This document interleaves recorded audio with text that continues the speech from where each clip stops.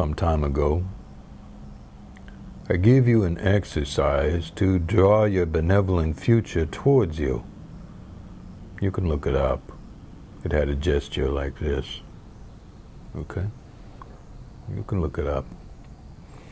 As I've said before, one thing leads to another. One thing builds on another. This time, we're going to put that to another use. I know many of you are struggling now, economically. It's not quite as bad as it was before, but there's still things that you want or need. I want you to pick out an object. This is not to be a person, not to be an animal, not even to be a plant or a tree, but an object, something that you really feel there's no chance in you getting right now, and you hope you would like, or it would be fun to have, or gosh, I wonder if I could ever have that kind of an object. You see? Perhaps it's a beautiful new car, one that you wouldn't ever imagine that you could own, but wouldn't it be wonderful? Perhaps it's a boat, something like that, something huge, something big, something fabulous. Perhaps it's not even owning it. Perhaps it's simply just getting a ride on it somewhere. Perhaps it's something smaller. Wouldn't it be wonderful to have that jewelry? You see where I'm going here? Things. I want you to pick out something. I realize not all of you are focused on the material. If you're not focused on the material, then pick out some place on the earth that you would either like to visit or that you would like to create a better connection with that place. A mountain, a sea. You understand? So I'm not going to leave anybody out here. Now, this is what I'd like you to do. It will require a certain amount of focus on one thing. Very important for you to learn.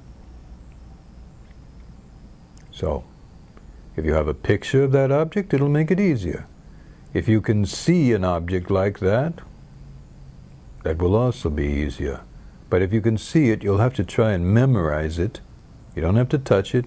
Just looking at it is fine. If for some reason you can't see, and you have the opportunity to touch it, again, as I say, this is not to be a person. It's an object, then by all means, touch it. So, if it's strictly something you can imagine because you are unable to go outside for any reason, then imagine it. Then this is what to do. While you are imagining it, or picturing it, or looking at a picture of it, or remembering it, you see? Then I want you to do this. I want you to imagine that there is a rope connected between your solar plexus and that thing. Remember, it doesn't have to be that particular one you looked at, just any one that looks like that. Anything like that, see? Then it doesn't make any difference how far it is away. In the case of a mountain, for instance, and if you're 10,000 miles away, it doesn't make any difference. Then grasp this rope, a big rope, okay, thick, and pull this rope. Now, in the case of an object that's heavier than you, which will be almost everything that you pick, of course, what would happen if you were pulling on that immovable object is that you would be pulled towards it. All right? So you don't have to work out the math or the physics here. You're pulling in order to attract it. This actually works better because it allows you to create a personal connection with that thing. More next time.